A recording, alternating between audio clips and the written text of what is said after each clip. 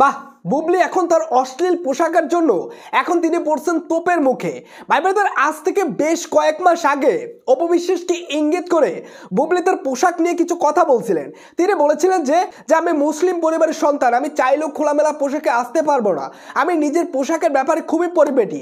সেটা বাংলাদেশে থাকা অবস্থায় আমরা দেখতে পেয়েছি যে বুবলি খুবই পরিবেটি ছিল, কিন্তু হঠাৎ করে যখন বাংলাদেশ থেকে কলকাতায় গিয়ে তিনি তার ফ্ল্যাশব্যাক সিনেমার জন্য কাজ করতে গেলেন, তখনই তিনি খোলামেলা পোশাকে ট্রোলের মুখে পড়ে গেলেন। অপবিশ্বাসের এই ছবিটার জন্য বুবলি নানা ধরনের কথা বলছিলেন এবং তার ফ্যামিলিগত শিক্ষা নিয়েও কথা বলছিলেন, যেটা নিয়ে মূলত আলোচনাটা এখন শুরু হয়েছে।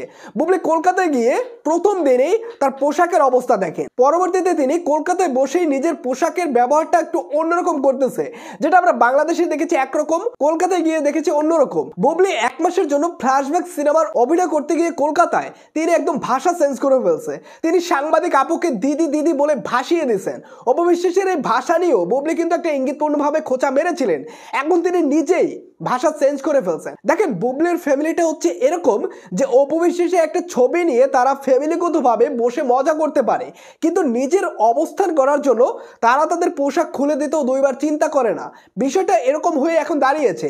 বুবলিকে আমরা দেখতে পাচ্ছি ভীষণ খোলামেলা পোশাকে বিভিন্ন অনুষ্ঠানে যাচ্ছে এবং সেটা নিয়ে মূলত আলোচনার ঝড়টা বয়ে যাচ্ছে।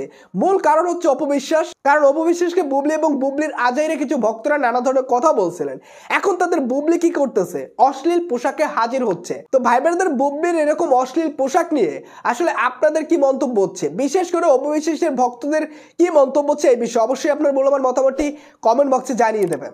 এবং আমার চ্যানেলটিতে নতুন হয়ে থাকলে নিত্য নতুন আপডেটগুলো সবার আগে পাওয়ার জন্য চ্যানেলটি সাবস্ক্রাইব করে রাখবেন।